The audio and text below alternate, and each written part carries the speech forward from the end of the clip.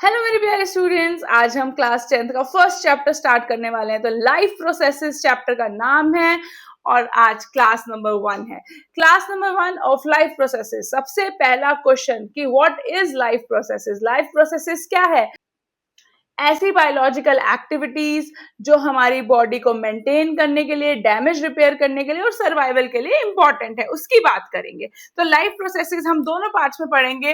Life processes in plants and animals both. तो जैसे nutrition पढ़ेंगे तो nutrition in plants, nutrition in animals, then comes your respiration in plants, respiration in animals, then comes your transportation in plants, circulation in animals, and last excretion in plants and excretion in animals. तो ये सब पूरा हमें ये chapter पढ़ना है। तो आज हम स्टार्ट कर रहे हैं विद न्यूट्रिशन इन प्लांट्स से। सबसे पहला हमारा है न्यूट्रिशन इन प्लांट्स। और न्यूट्रिशन इन प्लांट्स जो है वो बेसिकली हम क्लास 2 में पढ़ेंगे। अभी हम पहले पढ़ते हैं कि न्यूट्रिशन होता क्या है। Nutrition derived from the word nutrients. Nutrients क्या है? Nutrients are some components which we utilises and which gives us energy, है ना। तो ऐसे न्यूट्रिएंट्स ऐसे सब्सटेंसेस होते हैं जो हमें हेल्प करते हैं, एनर्जी प्रोवाइड करते हैं और उनको हम यूटिलाइज कर सकते हैं अपनी ग्रोथ में। ठीक है। अब न्यूट्रिएंट्स डिफरेंट टाइप्स के होते हैं। दो टाइप के न्यूट्रिएंट्स होते हैं, मैक्रोन्यूट्रिएंट्स, माइक्रोन्यूट्रिएंट्स। मैक्रोन्यूट्रिएंट्स जो होते हैं बच्चे, मैक्रोन्यूट्रिएंट्स, ठीक है, मैक्रोन्यूट्रिएंट्स जो लार्ज अमाउंट में प्रेजेंट है हमारी बॉडी में और लार्ज अमाउंट में रिक्वायर्ड होते हैं, और माइक्रोन्यूट्रिएंट्स जो होते हैं वो हमें लेस अमाउंट में रिक्वायर्ड होते हैं। ठीक है बच्चे। मैक्रोन्यूट्रिएंट्स जो होते हैं वो हमें एनर्जी प्रोवाइड करते हैं, लेकिन माइक्रोन्यूट्रिएंट्स कोई एनर्जी प्रोवाइड नहीं करते, बट यस उनकी deficiency can lead to severe disorders. ठीक है। उसके बाद आते हैं हम नेक्स्ट पे, दैट इज योर एग्जाम्पल। या एनिमल्स में कौन से मैक्रोन्यूट्रिएंट्स प्रेजेंट है? एनिमल्स में जो मैक्रोन्यूट्रिएंट्स प्रेजेंट है वो होते हैं प्रोटीन, कार्बोहाइड्रेट्स एंड फैट्स। और प्लांट्स में जो मैक्रोन्यूट्रिएंट्स होते हैं वो होते हैं NPK, nitrogen, phosphorus and potassium. Now let's talk about micronutrients. Micronutrients जो होते हैं वो हमारे विटामिन्स, मिनरल्स एंड वाटर होते हैं। जो माइक्रोन्यूट्रिएंट्स होते हैं वो हमारे विटामिन, मिनरल्स एंड वाटर होता है। एनिमल्स में जो हमारी डेफिशिएंसीज हो सकती है इनके एब्सेंस में वो होती है विटामिन ए से नाइट ब्लाइंडनेस, विटामिन सी से स्कर्वी, विटामिन डी से आपका हो सकता है rickets and so on. Anaemia हो सकता है, आयरन डेफिशिएंसी से, आयोडीन डेफिशिएंसी से गोइटर हो सकता है। और प्लांट्स में क्या होता है डेफिशिएंसी से? प्लांट में जो हमारे माइक्रोन्यूट्रिएंट्स होते हैं वो होते हैं मैंगनीज हो गया, आयरन हो गया, जिंक, कोबाल्ट, कॉपर, निकल एक्सेट्रा, ऐसे मेटल्स होते हैं। और इनकी डेफिशिएंसी से हमें क्या होता है? इनकी डेफिशिएंसी से येलोइंग ऑफ लीफ होता है, स्टंटेड ग्रोथ होता है, देन आपका प्रीमेच्योर फॉलिंग ऑफ लीव हो सकता है। तो ये सारी चीजें हमारे डेफिशिएंसी से हो सकती है, माइक्रोन्यूट्रिएंट्स की डेफिशिएंसी से ये सब हो सकता है। नेक्स्ट आते हैं बच्चे, that is mode of nutrition. ये भी आप अर्लियर क्लासेस में पढ़ चुके हैं। मोड्स ऑफ न्यूट्रिशन क्या होते हैं? हमारे दो मोड्स ऑफ न्यूट्रिशन होते हैं, autotrophic nutrition, heterotrophic nutrition. Autotrophic nutrition क्या होते हैं हमारे बच्चे? ऑटोट्रॉफिक न्यूट्रिशन जो होते हैं मतलब जो खाना खुद बनाते हैं, है ना। ऑटो मीन सेल्फ, तो those who make their own food. तो इसमें प्लांट्स आ जाते हैं यूजुअली। एग्जांपल है फोटोसिंथेसिस, तो ये हम बचपन में पढ़ते थे, है ना। अब हम क्या पढ़ते हैं कि autotrophic nutrition further is divided into two part, that is photo autotrophs and chemo autotrophs. Photo autotrophs वो होते हैं जो लाइट को यूज, फोटो मीन्स लाइट, जो लाइट को यूज करके अपना खाना बना रहे हैं। और कीमो ऑटोट्रॉफ जो केमिकल को यूज करके अपना खाना बना रहे हैं, जो लाइट को यूज करके अपना खाना बना रहे हैं, वो होते हैं हमारे प्लांट्स। और जो लाइट को यूज केमिकल्स को यूज करके हम अपना खाना बनाते हैं वो होते हैं बैक्टीरिया। कुछ बैक्टीरिया का एग्जाम्पल है सल्फर बैक्टीरिया। जो फोटो ऑटोट्रॉफ्स होते हैं उनका जो प्रोसेस होता है उसको फोटोसिंथेसिस कहते हैं। ठीक है बच्चे। नेक्स्ट आ जाते हैं हम हेटेरोट्रॉफ्स पे। अब क्वेश्चन क्या आता है सीबीएसई में बच्चे? हेटेरोट्रॉफ्स जो होते हैं जो अपना खाना दूसरे, मतलब those who are dependent on others for food, जो दूसरों पे डिपेंडेंट है खाने के लिए, वो होते हैं फोटो ऑटोट्रॉफ्स। अब फोटो ऑटोट्रॉफ्स की अगर हम बात करें तो ये सीबीएसई बोर्ड्स में आता है। इसमें सबसे पहले आते हैं सेप्रोट्रॉफिक वर्सेस होलोजोइक। अब इसको हम समझ लेते हैं, फिर हम थ्योरेटिकल पार्ट देखेंगे। तो सेप्रोट्रॉफिक वो होते हैं बच्चे जैसे हमारे बैक्टीरिया, फंजाई, जो डीकम्पोजर्स होते हैं, मतलब डेड एंड डिकेइंग ऑर्गेनिज्म पे फीड करते हैं और ये पहले अपना खाना डाइजेस्ट करते हैं आउटसाइड द बॉडी और फिर डाइजेस्टेड फूड को एनगल्फ करते हैं। लेकिन होलोजोइक जैसे कि हम पहले खाने को खाते हैं, इंजेशन करते हैं, फिर हमारी बॉडी के अंदर डाइजेशन होता है, तो है ना। तो ये होलोजोइक न्यूट्रिशन हो गया। अब आते हैं सैप्रोफिट सैप्रोट्रॉफिक। मैंने नोट्स में क्या लिखा है देखो बच्चे, सैप्रोट्रॉफिक न्यूट्रिशन मैंने यहाँ पे शो किया कि एक डेड एंड डिकेइंग ऑर्गेनिज्म है, उसके ऊपर बहुत सारे बैक्टीरिया फंजाई एक्ट कर रहे हैं। जब वो एक्ट कर रहे हैं तो कुछ वो एंजाइम रिलीज कर रहे हैं, जिसकी वजह से जो कॉम्प्लेक्स बॉडी पार्टिकल्स थे वो सिंपलर बॉडी पार्टिकल्स में कन्वर्ट हुए। अब इन सिंपल डाइजेस्टेड फूड को वो एनगल्फ कर लेंगे। बट हम लोग होलोजोइक में या फिर होलोट्रोफिक में, हमारे केस में हम ह्यूमन बींग से हम पहले खाना खाते हैं फिर पचाते हैं, डाइजेस्ट इनसाइड आवर बॉडी। तो ये हमारे डिफरेंस के फॉर्म में मैंने दे दिया, ये नोट्स में आपको मिल जाएगा। Next come parasitic nutrition. Parasitic nutrition क्या होता है बच्चे, जो कि डिपेंड करते हैं होस्ट पे फॉर देयर फूड, है ना, तो वो होस्ट पे डिपेंडेंट होते हैं। तो पैरासिटिक जो होते हैं they take food from body of other organism, जैसे एग्जांपल आ गया प्लाज्मोडियम जो मलेरियल पैरासाइट होता है। देन कम्स योर कस्क्यूटा जिसको अमरबेल बोलते हैं, ये प्लांट्स में होती है पैरासिटिक। फिर आते हैं टेपवॉर्म, ठीक है, रिंग वॉर्म या राउंड वॉर्म, ये बॉडी के अंदर होते हैं, सॉरी रिंग वॉर्म नहीं, राउंड वॉर्म और टेप वॉर्म। उसके बाद लाइस जो जुएं होती है वो हमारे सिर पे होती है और हमारा ब्लड सक करती है। टिक्स पेट्स में होते हैं, जैसे डॉग कैट्स, इनमें होते हैं और उनका ब्लड सक करते हैं। फिर आते हैं सिम्बायोटिक न्यूट्रिशन, या फिर इसको हम म्यूचुअलिज्म भी बोलते हैं।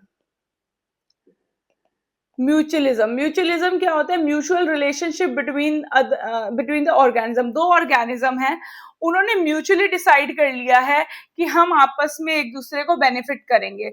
जैसे कि एल्गे ने अपना खाना खुद बना लिया, तो वो फंजाई को कहता है मैं तेरे को खाना दे दूंगा, तो फंजाई कहता है ठीक है मैं खाना नहीं बना सकता क्योंकि मैं नॉन ग्रीन प्लांट हूँ, मैं फोटोसिंथेसिस नहीं कर सकता, तो मैं क्या कर सकता हूँ, मैं आपको शेल्टर दे सकता हूँ। तो दोनों ने म्यूचुअली, एक खाना लेके आया, एक घर लेके आया, तो दोनों साथ में आ गए। तो जब दोनों साथ में आए तो उस टाइप ऑफ ऑर्गेनिज्म को हम कहते हैं लाइकेंस। लाइकेंस कहाँ पे होते हैं, क्लास 7 में पढ़ाया होगा। लाइकेंस से क्या मिलता है, अगर आपको ये क्वेश्चन का आंसर पता है, केमिस्ट्री से रिलेटेड है, अगर आपको ये पता है तो आप प्लीज कमेंट बॉक्स में आंसर दीजिए कि lichens are used for making dash, बताना है, ठीक है।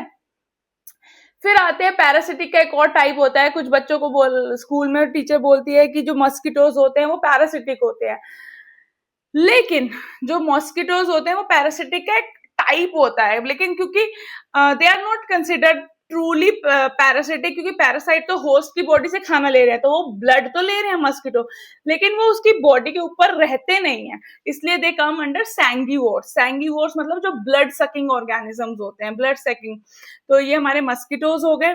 उसके बाद आते हैं कोप्रोफेगस। कोप्रोफेगस जो होते हैं हमारे बच्चे जो अपनी पॉटी खाते हैं। अब आपका फ्रेंड बोल रहा है ना कि मैं एक दूसरे को ब्लेम कर रहा हूँ कि ये भी मैम यही है, इसका एग्जांपल यही है, ऐसा कुछ नहीं है। कोप्रोफेगस जो होते हैं वो बेसिकली क्या होते हैं, रैबिट्स इसका एग्जांपल है। रैबिट्स कितने क्यूट होते हैं, बट वो अपनी पॉटी खाते हैं। वाई? बिकॉज वो तो हर्बीवोर्स है। हर्बीवोर्स क्या खाते हैं, ग्रास खाते हैं। ग्रास के अंदर क्या होता है, सेल्यूलोज होता है, सेल्यूलोज को डाइजेस्ट करना बहुत डिफिकल्ट होता है ना बच्चे। तो इसलिए जो रैबिट्स होते हैं वो पहले एक बार खाना डाइजेस्ट कर लेते हैं, फिर जब वो एक्सक्रीट आउट करते हैं तो उसको दोबारा खाते हैं to consume more and more cellulose और digest more and more cellulose.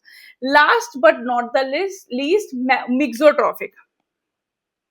अब आते हैं मिक्सोट्रॉफिक न्यूट्रिशन। मिक्सोट्रॉफिक में आते हैं हमारे ऐसे ऑर्गेनिजम्स जो क्या हैं, हमारे जैसे हैं। हमारे जैसे बोले तो आज मेरा मन कर रहा है तो मैंने खाना बना लिया, आज मेरा मन नहीं कर रहा तो मैंने स्विगी जोमेटो कर लिया, ठीक है। खाना खाना है, कभी हमने खुद बना लिया, कभी हमें स्विगी और जोमेटो कर लिया।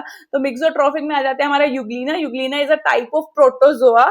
आपने क्लास 8 में माइक्रो ऑर्गेनिज्म पढ़े थे ना, तो प्रोटोजोआ जो होते हैं वो जब उनको सनलाइट मिल जाती है, वैसे ये ओशन में रहते हैं, जब इनको सनलाइट मिलती है तो ये खाना बना लेते हैं। जब सनलाइट नहीं मिलती तो ये क्या करते हैं, आसपास जो भी इंसेक्ट मिलेगा, छोटा ऑर्गेनिज्म मिलेगा, उसको खा लेंगे, ठीक है। न्यूट्रिशन इन प्लांट्स सबसे इंपॉर्टेंट चीज है, दैट इज फोटोसिंथेसिस। अब फोटोसिंथेसिस का जो क्वेश्चन आता है वो स्कूल में बच्चे ये आता है, उसकी इक्वेशन तो आपको पता होना चाहिए, 6CO2 plus 12H2O in presence of sunlight and chlorophyll gives glucose, oxygen and water. ठीक है बच्चे। तो अगर हम बात करें तो सबसे इम्पोर्टेंट यहाँ पे फोटोसिंथेसिस में है ये जो क्लोरोफिल है, ये क्लोरोफिल कहाँ से आया? तो ये क्लोरोफिल आया बच्चे क्लोरोप्लास्ट में। अगर क्लोरोप्लास्ट को देखें तो वो एक सेल ऑर्गेनेल है प्लांट सेल में, उसके अंदर एक पिगमेंट होता है ग्रीन कलर, उसको क्लोरोफिल बोलते हैं, और ये क्लोरोफिल हेल्प करता है टू एब्जॉर्ब सनलाइट। अब अगर हम स्ट्रक्चर ऑफ क्लोरोप्लास्ट देखें बच्चे, 9th क्लास में भी हमने ये पढ़ा हुआ है स्ट्रक्चर ऑफ क्लोरोप्लास्ट। तो अगर हम स्ट्रक्चर ऑफ क्लोरोप्लास्ट देखें तो स्ट्रक्चर ऑफ क्लोरोप्लास्ट में 2 लेयर्स होती हैं बाहर, एक आउटर मेम्ब्रेन और एक इनर मेम्ब्रेन, ये नॉर्मल ही होती है, ठीक है। अब इस इनर मेम्ब्रेन के अंदर एक जेली लाइक स्ट्रक्चर होता है, उस जेली लाइक स्ट्रक्चर को हम बोलते हैं स्ट्रोमा, जहाँ पे सब रिएक्शंस वगैरह होते हैं और बाकी चीजें प्रेजेंट है। क्योंकि क्लोरोप्लास्ट सेमी ऑटोनॉमस ऑर्गेनेल है तो इनके पास अपना खुद का डीएनए होता है, तो ये अपनी खुद की कॉपीज बना लेते हैं, मतलब रिप्रोडक्शन कर लेते हैं, अपनी कॉपीज बना लेते हैं, और इनके पास अपने खुद के राइबोसोम्स होते हैं, तो ये खुद से प्रोटीन्स बना लेते हैं, ठीक है बच्चे। इस स्ट्रोमा के अंदर कुछ स्टैक लाइक स्ट्रक्चर्स होते हैं, स्टैक मतलब एक के ऊपर एक कुछ पड़ा हुआ है। तो अगर हम एक सिंगल स्टैक की बात करेंगे तो उसको हम बोलते हैं ग्रैनम, और जब हम इन सब की बात करेंगे तो उसको बोलते हैं ग्रैना, और जिससे ये ग्रैना अटैच होते हैं उसको बोलते हैं स्ट्रोमा लैमेला। अगर हम इस स्टैक की बात करें बच्चे तो ये ग्रैनम होता है और बहुत सारे होते हैं तो ग्रैना होता है। अब इस ग्रैनम की एक सिंगल यूनिट को, एक सिंगल ये स्टैक में से, जैसे मान लो मैंने 5-6 पेन को ऊपर ऊपर ऊपर रख के एक स्टैक बना लिया, तो जब हमें एक सिंगल पेन निकालेंगे तो इसका एक सिंगल सब यूनिट निकालेंगे तो उसको बोलते हैं थाइलाकॉइड। ये थाइलाकॉइड के अंदर एक ग्रीन कलर पिगमेंट प्रेजेंट होता है, उस ग्रीन कलर पिगमेंट को हम बोलते हैं बच्चे क्लोरोफिल।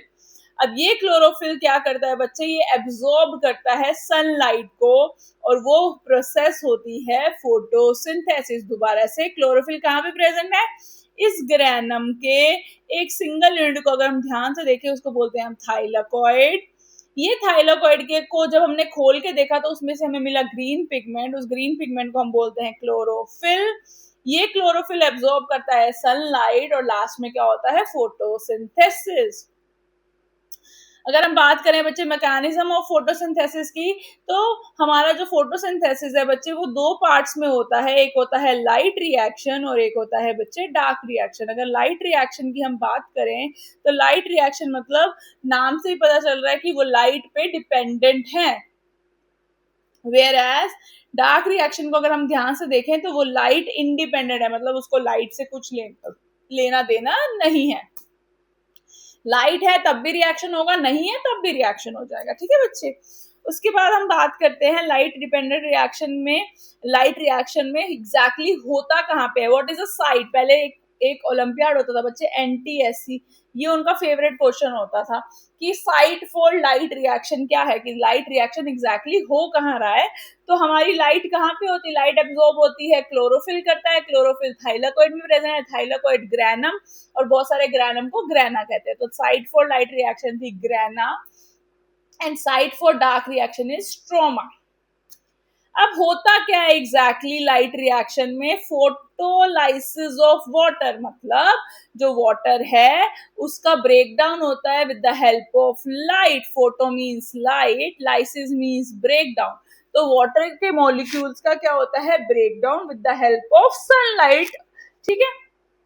तो breakdown of water in presence of sunlight. अब होता क्या है, जो वाटर के मॉलिक्यूल्स होते हैं, सनलाइट क्या करती है, उसमें हाइड्रोजन और ऑक्सीजन को एक दूसरे से अलग कर देती है, ब्रेकडाउन हो जाता है, और कुछ इलेक्ट्रॉन्स और एनर्जी निकलते हैं। ये इलेक्ट्रॉन्स और एनर्जी जो 11th क्लास में पढ़ेंगे हम लोग, ये इलेक्ट्रॉन्स और एनर्जी जो है ये बाहर आ जाती है। कहाँ आती है, यहाँ से बाहर आ गई, आके वो स्टोर हो गई स्ट्रोमा में।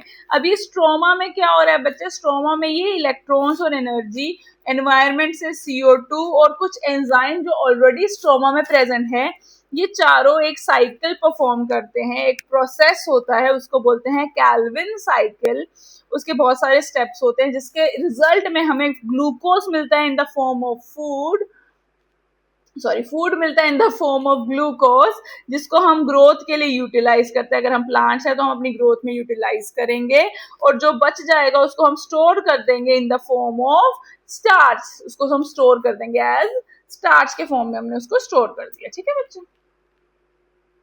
तो दोबारा से लाइट रिएक्शन में क्या हुआ, जो इलेक्ट्रॉन्स, जो एनर्जी हमारी कहां से, ग्रेना से बाहर आई स्ट्रोमा में, तो स्ट्रोमा में ऑलरेडी कुछ एंजाइम्स प्रेजेंट थे और कार्बन डाइऑक्साइड एनवायरनमेंट से आ गई, तो ये चारों मिलके एक प्रोसेस करते हैं, वो प्रोसेस को हम बोलते हैं केल्विन साइकिल। ये केल्विन साइकिल के रिजल्ट में हमें ग्लूकोज मिलता है, जिसको हम फूड की तरह यूज करते हैं और यूटिलाइज करते हैं अपनी ग्रोथ में। जो भी ग्लूकोज बच जाता है ग्रोथ में यूटिलाइज करने के बाद, उसको प्लांट अपने अंदर स्टोर कर लेता है in the form of starch. इसलिए क्वेश्चन आता है स्टोर्ड फूड इन प्लांट्स, उसको क्या बोलते हैं, दैट इज स्टार्च। ठीक है बच्चे, लास्ट टॉपिक आज की क्लास का है बच्चे, फैक्टर्स अफेक्टिंग फोटोसिंथेसिस। तो फोटोसिंथेसिस को कौन कौन से फैक्टर्स अफेक्ट करते हैं।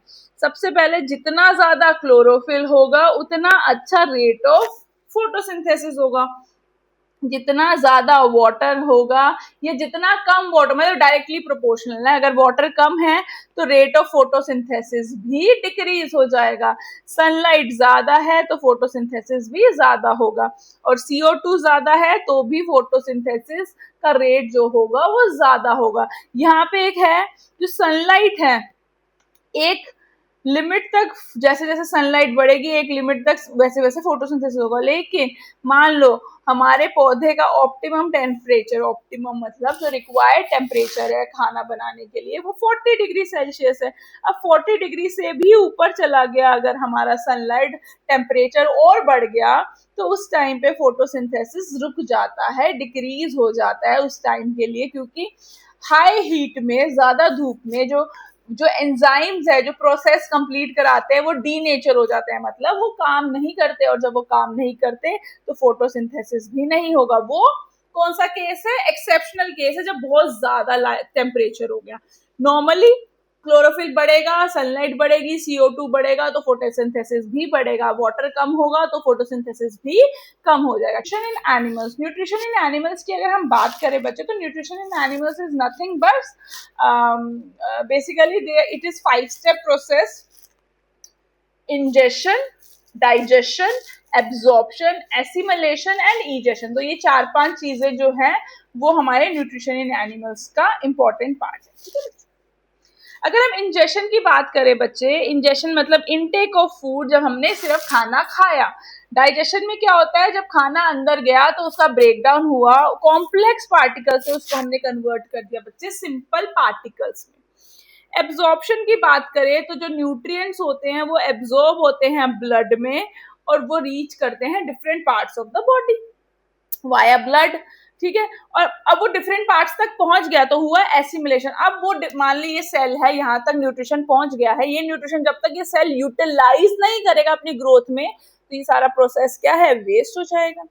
लास्ट होता है इजेशन, जो भी रिमूवल होता है, बेसिकली जो भी अनडाइजेस्टेड सॉलिड वेस्ट होता है वो बॉडी से बाहर आ जाता है, वो फूड वेस्ट ही होता है।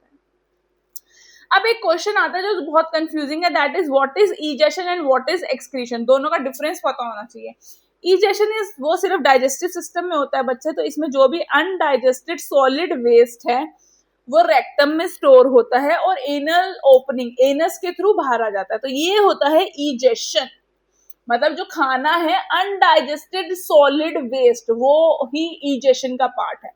Whereas एक्सक्रीशन क्या होता है बच्चे, एक्सक्रीशन की अगर हम बात करें तो excretion is metabolic waste. Metabolic waste बोले तो मेरी सेल है, इसके अंदर कुछ कुछ रिएक्शंस हो रहे हैं, यहाँ से जो वेस्ट प्रोड्यूस हुआ, सेलुलर वेस्ट जो होता है उसको मेटाबॉलिक वेस्ट बोलते हैं। वो अलग अलग बॉडी पार्ट से रिलीज होगा, जैसे स्किन के थ्रू स्वेट और ऑयल के फॉर्म में, लंग्स के थ्रू CO2 के फॉर्म में, और किडनी के थ्रू यूरिन के फॉर्म में। तो इन 3 तरीकों से मेटाबॉलिक वेस्ट रिलीज हो जाता है। ठीक है बच्चे, न्यूट्रिशन की बात हो और मिस्टर अमीबा की बात ना करें, ऐसा हो नहीं सकता बच्चे। तो CBSE बोर्ड्स में अराउंड 2 मार्कर क्वेश्चन आता है कि न्यूट्रिशन इन अमीबा क्या होता है। न्यूट्रिशन इन अमीबा की अगर हम बात करें बच्चे, तो अमीबा का स्ट्रक्चर सबसे पहले हमें याद होना चाहिए। हमने पढ़ा तो हुआ है लेकिन अभी याद नहीं है, कोई बात नहीं।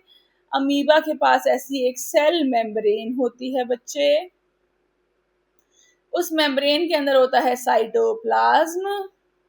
साइटोप्लाज्म में उनका न्यूक्लियस प्रेजेंट होता है, और सेल मेम्ब्रेन ही आउटर मोस्ट मेम्ब्रेन होती है, क्योंकि एक एनिमल है इसलिए सेल वॉल नहीं होती है, और सेल मेम्ब्रेन उसकी false, pseudo means false, poda means feet, false feet का काम करती है और उसको चलने में हेल्प करती है।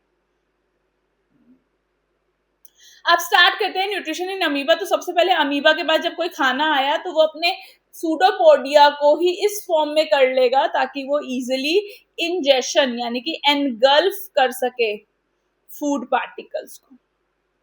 तो इस प्रोसेस को हमने बोला इंजेशन। अब जब खाना अंदर गया, क्योंकि इसके पास कोई डाइजेस्टिव सिस्टम तो नहीं है, तो यहाँ पे एक फूड वैक्यूल प्रेजेंट होता है। इस फूड वैक्यूल के अंदर खाना जो है वो डाइजेस्ट होता है, क्योंकि यहाँ पे डाइजेस्टिव एंजाइम्स होते हैं, और वो जो डाइजेस्टिव एंजाइम होते हैं वहां से फूड क्या डाइजेस्ट होता है। तो प्रोसेस इज कॉल्ड डाइजेशन, और डाइजेशन के बाद वो फूड इधर उधर जाता है, उसको बोलते हैं एब्जॉर्प्शन, और एब्जॉर्प्शन के बाद हमारा सेल, ये डॉटेड लाइन बनाई है, वो ग्रो करेगा। तो यहाँ पे प्रोसेस हो गया ग्रोथ का, यानी कि एब्जॉर्प्शन एंड एसिमिलेशन। अब जो भी वेस्ट बच गया तो वो एक और वैक्यूल होता है, उस वैक्यूल को बोलते हैं हम कॉन्ट्रैक्टाइल वैक्यूल। उस कॉन्ट्रैक्टाइल वैक्यूल में आके स्टोर होता है और धीरे धीरे बाउंड्री तक आता है और फिर बाहर रिलीज हो जाता है। इस प्रोसेस को हम बोलते हैं बच्चे इजेशन।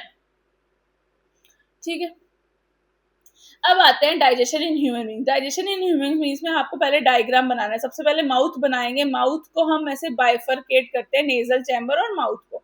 तो माउथ को फिर हम एलोंगेट करते हैं, पहले कॉमन रीजन आता है, फिर उसके बाद उसको हम डिवाइड कर देते हैं, फिर ईसोफेगस एंड स्टमक और ऐसे सो ऑन। ठीक है बच्चे, अब इसमें मैं फटाफट से आपको लेबलिंग के थ्रू एक्सप्लेन कर देती हूँ। सबसे पहले नेजल चैम्बर है जिसका काम हम रेस्पिरेशन में पढ़ेंगे।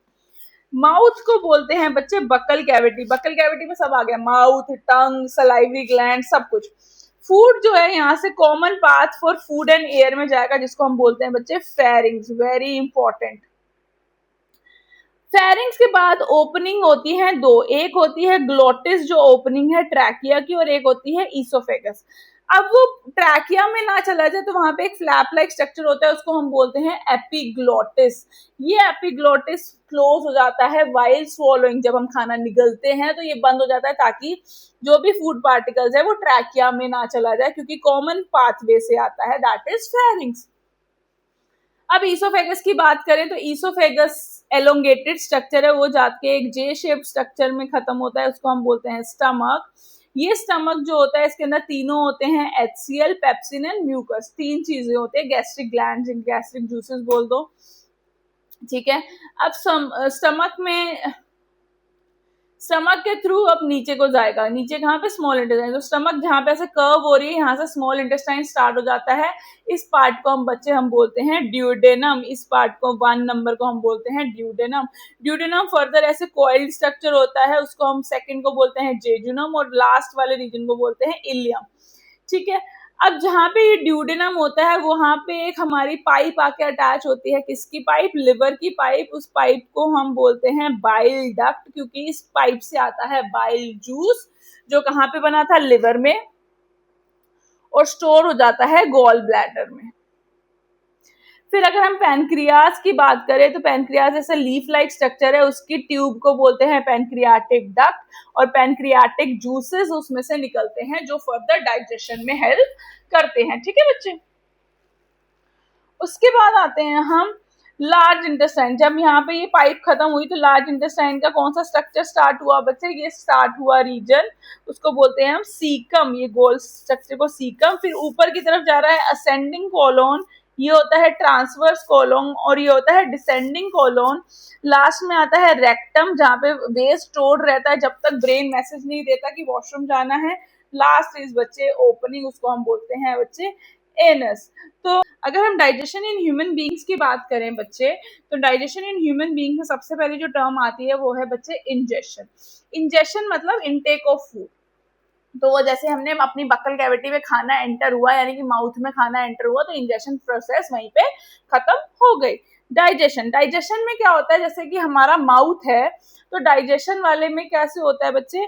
माउथ में ही डाइजेशन स्टार्ट होता है। तो सबसे पहले जब हम बाइट करते हैं तो माउथ के अंदर क्या होता है टीथ उसको बाइट करते हैं, च्यू करते हैं, ग्राइंड करते हैं, टंग उसको अच्छे से सलाइवरी ग्लैंड के जो टंग जो है उसको अच्छे से मिक्स करती है विद सलाइवा और उसको पुश करती है टूवर्ड्स द ईसोफेगस।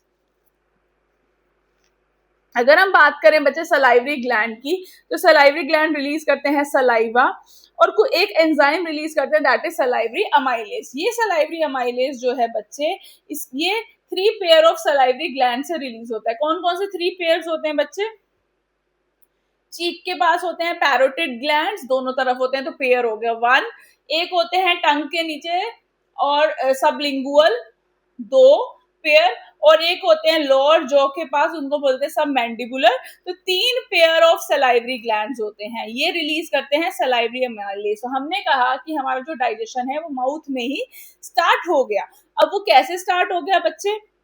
उसका रीजन ये है कि जैसे ही हमारे माउथ में खाना आया तो उसके अंदर जो कार्बोहाइड्रेट्स थे, जो स्टार्च था, सलाइवरी अमाइलेज उसके अंदर जो ग्लूकोज की एक लंबी चेन होती है, वो पॉलीसेक्राइड्स होते हैं। Poly means many, saccharides mean sugar. जब बहुत सारे शुगर एक दूसरे के साथ अटैच होते हैं तो वो बनाते हैं स्टार्च। तो सलाइवरी अमाइलेज क्या करता है? लंबी चेन ऑफ ग्लूकोज का ब्रेक डाउन करता है और जो हमें मिलता है, अभी पूरा डाइजेशन नहीं हुआ, सेमी डाइजेशन हुआ है, हमें मिलता है माल्टोस। माल्टोस क्या होता है बच्चे? माल्टोस एक डाइसेकेराइड होता है जिसमें 2-2 शुगर के ग्रुप्स बन जाते हैं। अब खाना जो है वो बॉल लाइक स्ट्रक्चर बना, टंग ने उसे पुश किया, इस बॉल लाइक स्ट्रक्चर को हम बोलते हैं बोलस। बोलस के अंदर क्या होते हैं? Food particles plus saliva. ये मूव करता है टुवर्ड्स ईसोफेगस। अब ईसोफेगस में बच्चे ध्यान देंगे, नो डाइजेशन टेक्स प्लेस, कोई डाइजेशन ईसोफेगस में नहीं होता है। तो जब हम ईसोफेगस की बात करेंगे बच्चे, तो ईसोफेगस में क्या हुआ? जो फूड पार्टिकल यानी कि जो बोलस था वो नीचे की तरफ मूव करता है और ईसोफेगस की वॉल जो होती है दे शो रिदमिक मूवमेंट या पेरिस्टाल्सिस या पेरिस्टाल्टिक मूवमेंट। 1 marker question. तो वो पेरिस्टाल्टिक मूवमेंट दिखाती है जिसकी वजह से जो फूड पार्टिकल्स है दे आर पुश्ड डाउनवर्ड्स। अब ये जो फूड पार्टिकल्स है ये एंटर करते हैं स्टमक में। स्टमक में ऑलरेडी 3 चीजें प्रेजेंट है। म्यूकस की थिक लेयर जो स्टमक को प्रोटेक्ट कर रही है HCl के हार्श इफेक्ट से। HCl इस फूड में जो भी जर्म्स आए उनको किल करेगा, वो पेप्सिन को एक्टिवेट करेगा ताकि इस फूड में जो भी प्रोटीन्स है उसको वो डाइजेस्ट करे और एक एसिडिक मीडियम देता है। अब फूड क्योंकि यहाँ पे रहेगा हमारे स्टमक में फॉर अराउंड 3 to 4 आवर्स के लिए वहां पे रेस्ट करता है। फूड रेस्ट तो नहीं करता, मतलब वहां पे पड़ा होता है। उस टाइम पे जो स्टमक की मसल्स होती है वो दे शो वाइब्रेटिंग, यानी कि एक चर्निंग मूवमेंट। चर्निंग अगर नॉर्मल लेबल लैंग्वेज में बोले तो वाइब्रेशन होती है, जिससे फूड जो है अच्छे से मिक्स हो जाता है। तो चर्निंग मूवमेंट होती है स्टमक वॉल की, जिससे फूड अच्छे से मिक्स हो गया।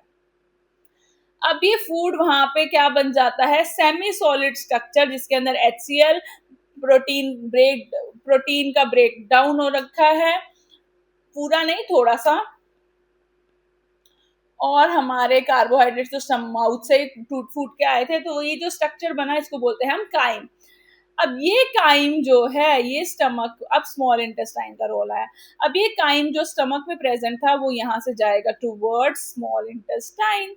अब जब वो स्मॉल इंटेस्टाइन के पास जा रहा होगा उस टाइम पे पैनक्रियाटिक डक्ट से कुछ पैनक्रियाटिक जूसेस आते हैं जो डाइजेशन में हेल्प करते हैं, वेयर एज लिवर से बाइल डक्ट के थ्रू बाइल आता है, अगेन जो हेल्प करता है डाइजेशन में।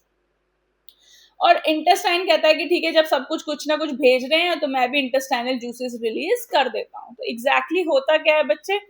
स्टमक से काइम जो कि एसिडिक था, लिवर से बाइल जो बेसिक होता है, पैनक्रियास से पैनक्रियाटिक जूस अगेन जो बेसिक होते हैं, और स्मॉल इंटेस्टाइन से इंटेस्टाइनल जूस जिसको बोलते हैं स्यूकस एंटेरिकस। जो बाइल होता है बच्चे वो ब्रेक डाउन ऑफ फैट्स करता है। इसको जो टर्म लिखेंगे स्कूल में वो होता है इमल्सिफिकेशन ऑफ फैट्स, मतलब फैट्स का ब्रेक डाउन करता है। ये स्टोर्ड रहता है गोल ब्लैडर में। पैनक्रियाटिक जूसेस प्रोटीन को डाइजेस्ट करते हैं वो होते हैं ट्रिप्सिन, काइमोट्रिप्सिन।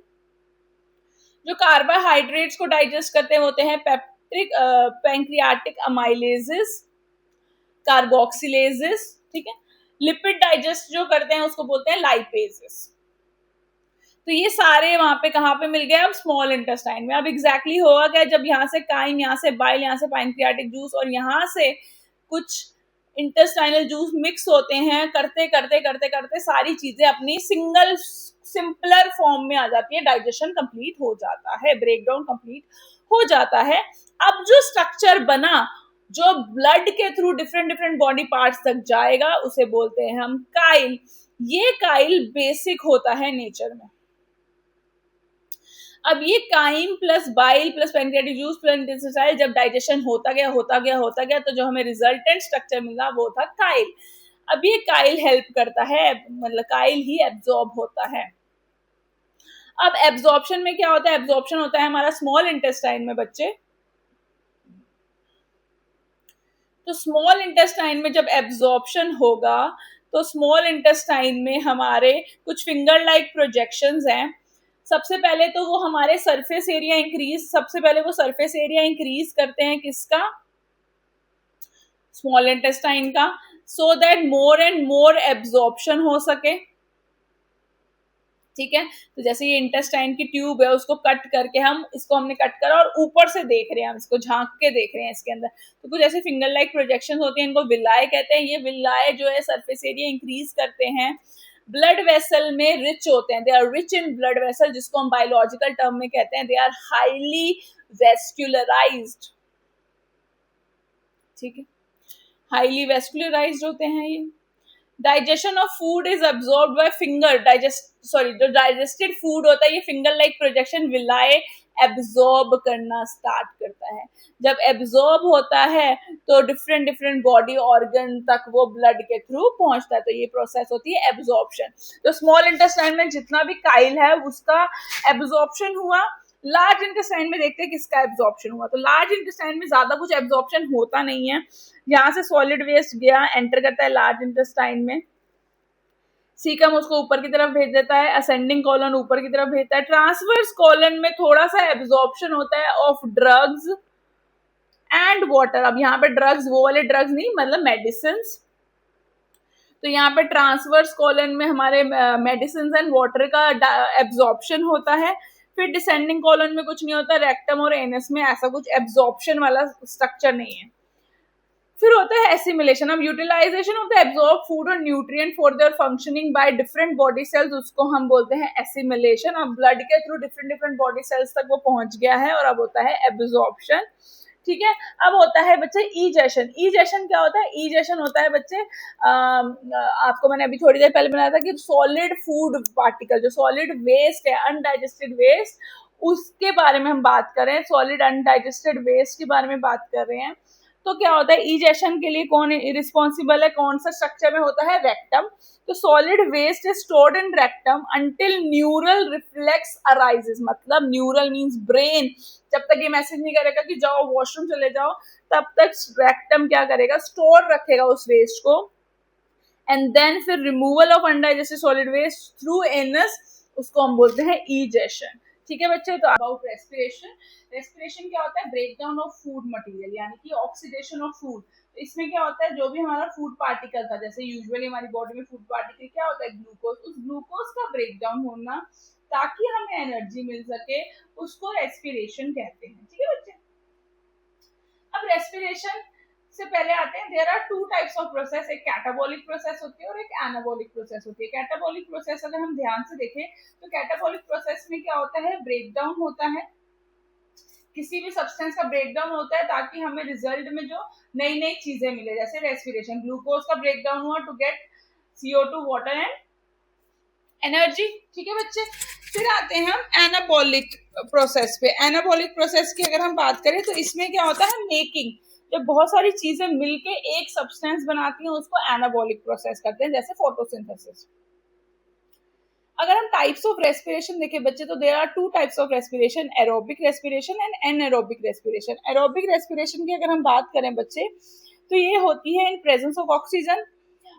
ये रिएक्शन कंप्लीट होता है साइटोप्लाज्म से होते हुए माइटोकॉन्ड्रिया में कंप्लीट होता है। ठीक है बच्चे, इसमें ज्यादा अमाउंट ऑफ एनर्जी प्रोड्यूस होती है और इसका एग्जांपल है human beings. Whereas anaerobic respiration में एब्सेंस ऑफ ऑक्सीजन होता है, जो रिएक्शन होता है वो सिर्फ साइटोप्लाज्म में ही होता है, लेस एनर्जी प्रोड्यूस होती है और ये बैक्टीरिया, यीस्ट या फिर ह्यूमन मसल सेल्स में प्रोड्यूस होता है। ठीक है बच्चे, नेक्स्ट आते हैं अब एरोबिक रिएक्शन देखते हैं। एरोबिक रिएक्शन में ग्लूकोज का ब्रेकडाउन हुआ, प्रोसेस को बोलते हैं ग्लाइकोलिसिस। जब ब्रेकडाउन हुआ साइटोप्लाज्म में तो हमें मिले 2 पायरुवेट, क्योंकि ग्लूकोज एक 6 कार्बन कंपाउंड था और पायरुवेट एक 3 कार्बन कंपाउंड है, तो एक ग्लूकोज टूटने पे हमें 2 पायरुवेट मिले। जब ये पायरुवेट मिले और ये एरोबिक रेस्पिरेशन है जिसमें ऑक्सीजन प्रेजेंट है, तो माइटोकॉन्ड्रिया में प्रोसेस होती है, उसको बोलते हैं क्रैब साइकिल। ये बहुत ही लंबा चौड़ा एक साइकिल है। उस साइकिल के रिजल्ट में हमें मिलते हैं CO2 वाटर एंड 38 ATPs। फिर आते हैं एनारोबिक रेस्पिरेशन के केस में। एनारोबिक रेस्पिरेशन अगर हम देखें तो ग्लूकोज का ब्रेकडाउन हुआ, ग्लाइकोलिसिस हुआ साइटोप्लाज्म में, 2 पायरुवेट बने। अब क्योंकि एनारोबिक रेस्पिरेशन है, एब्सेंस ऑफ एयर में बैक्टीरिया, यीस्ट या फिर मसल सेल्स में अलग अलग रिजल्ट्स आते हैं। जैसे कि बैक्टीरिया में क्या हुआ, बैक्टीरिया में फर्मेंटेशन होता है, उस फर्मेंटेशन को हम बोलते हैं, बैक्टीरिया और यीस्ट में फर्मेंटेशन होता है, उसका जो रिजल्ट हमें मिलता है वो मिलता है अल्कोहल यानी कि इथेनॉल प्लस CO2। जैसे ब्रेड्स वगैरह होती हैं, बेकरी प्रोडक्ट्स होते हैं, या ब्रूवरी यानी कि वाइन एंड बियर होती हैं, उनके केस में ये CO2 प्रोड्यूस होता है, इथेनॉल भी बनता है और CO2 प्रोड्यूस होता है। जैसे ब्रेड में जब CO2 प्रोड्यूस हुआ तो उसमें छोटे छोटे होल्स हो जाते हैं, अगर आपको ब्रेड देखिए ध्यान से, और 2 ही ATP प्रोड्यूस होती है, यानी कि less amount of ATP produce होता है। अब अगर मैं एक ह्यूमन बीइंग और मेरी बॉडी में मसल्स में क्रैम्प्स आए, उसका रीजन क्या है? जब मैंने बहुत दिनों के बाद रिगरस एक्टिविटी कर ली, कुछ वर्कआउट कर लिया या डांस कर लिया या कुछ बहुत ज्यादा वॉकिंग कर ली, तो मेरी बॉडी जो यूज टू थी एक लिमिटेड अमाउंट ऑफ ऑक्सीजन के लिए, एकदम से उसको बहुत ज्यादा अमाउंट ऑफ ऑक्सीजन की जरूरत पड़ गई। तो हमारी बॉडी क्या करेगी, उस सिचुएशन में फटाफट से एनर्जी प्रोडक्शन करनी शुरू करेगी। और ऑक्सीजन तो लिमिटेड ही है लेकिन एनर्जी हमें ज्यादा चाहिए, तो क्या होगा, वो फटाफट से क्या करेगी, इनकम्प्लीट रेस्पिरेशन करेगी। इनकम्प्लीट मतलब कंप्लीट ही होगी, कहने का मतलब है कि वो पूरा माइटोकॉन्ड्रियल प्रोसेस को एस्केप कर देगी। वो क्या करेगी, ग्लूकोज को तोड़ेगी, ग्लाइकोलिसिस प्रोसेस होगी, साइटोप्लाज्म में होगी और रिजल्ट मिलेंगे 2 पायरुवेट। जैसे ये 2 पायरुवेट मिले, ये पायरुवेट क्योंकि ऑक्सीजन नहीं है, एब्सेंस ऑफ ऑक्सीजन में ये पायरुवेट को कन्वर्ट कर देते हैं इनटू लैक्टिक एसिड और 2 ATP मिलेंगे जो इंस्टेंट एनर्जी का काम करेंगे। अब ये लैक्टिक एसिड जो होता है हमारे लेग के मसल्स में या बेसिकली ह्यूमन मसल्स में जाके स्टोर हो जाता है और वो पेनफुल क्रैम्प्स की तरह हमें फील होता है, जो कि 1-2 दिन में नॉर्मलाइज हो जाता है। अब बात करते हैं रेस्पिरेशन इन प्लांट्स। प्लांट्स में अगर हम रेस्पिरेशन की बात करें तो प्लांट्स में रूट्स, लीव्स एंड स्टेम तीनों तरीके से रेस्पिरेशन हो सकता है। रूट में जो पार्टिसिपेट करते हैं रेस्पिरेशन में वो है रूट हेयर। लीफ में सबको पता है स्टोमेटा प्रेजेंट होते हैं। स्टेम की बात करें, अगर यंग और ग्रीन स्टेम है तो उसके पास भी स्टोमेटा होंगे। अगर वुडी स्टेम होगी तो या मैच्योर स्टेम होगी तो उनके पास ओपनिंग्स होती हैं, उन ओपनिंग्स को हम बोलते हैं बच्चे lenticel. Respiration in animals, respiration in animals को हम स्टार्ट करेंगे मिस्टर अमीबा से, जो कि बहुत इंपॉर्टेंट रोल प्ले करते हैं हमारी लाइफ में और ये CBSE बोर्ड्स में पूछा जाता है, तो यहाँ से स्टार्ट करते हैं। रेस्पिरेशन इन एनिमल, सबसे पहले अगर हम अमीबा की बात करें तो अमीबा का जो रेस्पिरेशन है वो थ्रू बॉडी सरफेस हो रहा है, यानी कि नॉर्मल डिफ्यूजन से हो रहा है। अगर अब हम ग्रास ओवर यानी कि एक इंसेक्ट की बात करें तो उनके पास होते हैं छोटे छोटे स्पाइरिकल्स, यानी कि छोटे छोटे पोर्स होते हैं बॉडी में, उसके थ्रू ऑक्सीजन का इन और कार्बन डाइऑक्साइड का आउट हो जाता है। अगर हम इन स्पाइरिकल्स को या इन छोटे छोटे पोर्स को और अंदर देखें तो अंदर जाके वो चैनल एक चैनल से कनेक्टेड होते हैं, उसको ट्रैकिया ही कहते हैं। ठीक है, फिर हम बात करते हैं फिशेस। फिशेस को सबको पता है कि फिशेस के पास क्या होता है, फिशेस के पास तो गिल्स होते हैं। अब उनके गिल्स मान लो यहाँ पे प्रेजेंट है, अगर मैं फिश हूँ, यहाँ पे ये मेरा माउथ है, यहाँ पे मेरे गिल्स प्रेजेंट है, जहाँ पे मेरी ईयर है, तो गिल्स जो होते हैं वो हाईली वस्कुलराइज्ड होते हैं, मतलब they are rich in blood vessels. तो जब फिशेस होती हैं वो माउथ से पानी पीती हैं और जब वो पानी पीती हैं तो वो पानी कानों यानी कि गिल्स की तरफ से निकलता है। जब गिल्स से निकल रहा था, क्योंकि gills are rich in blood vessel, तो वो क्या करेंगी, वहीं पे फटाफट से एक्सचेंज ऑफ गैसेस करेगी, वाटर के अंदर जो ऑक्सीजन थी उसको एब्जॉर्ब कर लेगी और वाटर को क्या दे देगी, CO2, और वो बॉडी से बाहर निकल जाएगा। तो गिल्स के थ्रू होता है। फ्रॉग के पास आ जाए तो फ्रॉग जब छोटा था तो उसके पास गिल्स होते हैं टैडपोल स्टेज में, वैसे नॉर्मली उसकी स्किन के थ्रू कर सकता है वो अपने उसके पास लंग्स हैं और इवन माउथ, माउथ को बोलते हैं buccopharyngeal reason, buccal cavity, pharynx मतलब common part for food and air, जो नोज को और हमारे माउथ वाले रीजन को ज्वाइन करता है। तो कहने का मतलब फ्रॉग कैसे करता है, स्किन से, गिल से, लंग से एंड माउथ से, ठीक है। तो ये हो गया। इसके बाद आते हैं बच्चे, हम बर्ड्स के बारे में बात करेंगे। अगर हम बर्ड्स की बात करें बच्चे, तो हमारे बर्ड्स होते हैं, बर्ड्स के पास जो होते हैं उनके पास लंग्स होते हैं। ये लंग्स जो होते हैं वो हमारे लंग्स जैसे नहीं होते, थोड़े डिफरेंट होते हैं। डिफरेंट कैसे होते हैं कि इनके लंग्स में ऐसी आउट पॉकेटिंग्स होती हैं। ये आउट पॉकेटिंग्स होने का रीजन क्या है कि ये मोर एंड मोर एयर को अपने अंदर स्टोर कर सके। जितनी ज्यादा एयर उनके पास स्टोर्ड होगी उतना इजीली वो क्या कर सकते हैं, फ्लाई कर सकते हैं। उनकी बॉडी का वेट कम हो जाएगा, लाइट वेट होगी, वो इजीली फ्लाई कर सकते हैं। और ऐसे लंग्स होने का रीजन क्या है, क्योंकि उनकी जो बोन्स है रिब्स के आसपास की, वो होलो बोन्स है, उनको न्यूमैटिक बोन्स कहते हैं। वो भी एक अडेप्टेशन है सो दैट उनकी बॉडी का वेट रिड्यूस हो जाए और वो उनको हेल्प करे टू फ्लाई। फिर आते बच्चे ह्यूमन बींग्स। ह्यूमन बींग्स तो आपको पता ही है कि हमारे पास लंग्स होते हैं और काफी डेवलप्ड होते हैं। लंग्स की अगर हम बात करें तो सीबीएसई में एक पाथवे पूछा जाता है कि कैसे एयर हमारी नोज से लेके हमारे लंग्स तक पहुंचती है। तो सबसे पहले नोस्ट्रिल के थ्रू एंटर करती है, नोस्ट्रिल के बाद नेजल चैम्बर, नेजल चैम्बर के बाद फेरिंग्स, फेरिंग्स के बाद जो ओपनिंग में घुस गई, ट्रैकिया में घुस गई, तो सबसे पहले आता है लैरिंग्स, वॉइस बॉक्स, क्योंकि वो पूरा रीजन तो क्या है, ट्रैकिया है, लेकिन ये ओपनिंग के बाद जो डब्बा आएगा उसको बोलते हैं हम लैरिंग्स। फिर हम बोलते हैं कि ट्रैकिया, ट्रैकिया से वो डिवाइड होकर दो बन जाते हैं ब्रोंकाई, ब्रोंकाई फिर फर्दर डिवाइड होकर primary bronchi, secondary bronchi, tertiary bronchi बनाते हैं।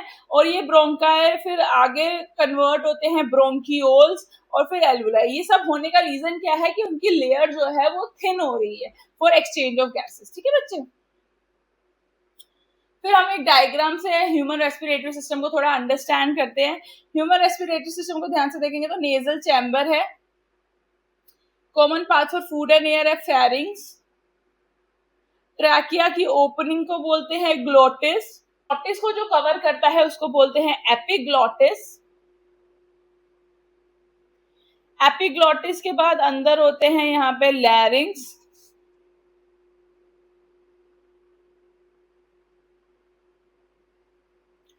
लैरिंग्स वाले रीजन को वो पूरे ट्यूब को बोलते हैं ट्रैकिया। और हमारे ट्रैकिया के ऊपर ऐसे C shaped cartilaginous rings present होते हैं, रिंग्स प्रेजेंट होते हैं। और ये सी शेप्ड कार्टिलेजिनस रिंग्स क्या करते हैं, ये सपोर्ट प्रोवाइड करते हैं हमारे ट्रैकिया को और कोलैप्स होने से बचाते हैं। फिर ये ट्रैकिया डिवाइड होके क्या बनता है हमारा ब्रोंकाई, ये bronchi right and left lung में बाइफरकेट हो जाते हैं। अब लंग्स के ऊपर जो हमारी लेयर होती है उसको बोलते हैं हम pleural membrane, outer pleural membrane, inner pleural membrane. दोनों मेम्ब्रेन के बीच में एक फ्लूइड होता है, उस फ्लूइड को हम प्लूरल फ्लूइड कहते हैं। ये फ्लूइड हेल्प करता है shock absorbance and frictionless movement में। उसके बाद नीचे से एक इलास्टिक लाइक स्ट्रक्चर होता है जिसको हम डायफ्राम बोलते हैं। यहाँ पे हार्ट भी सिचुएटेड होता है।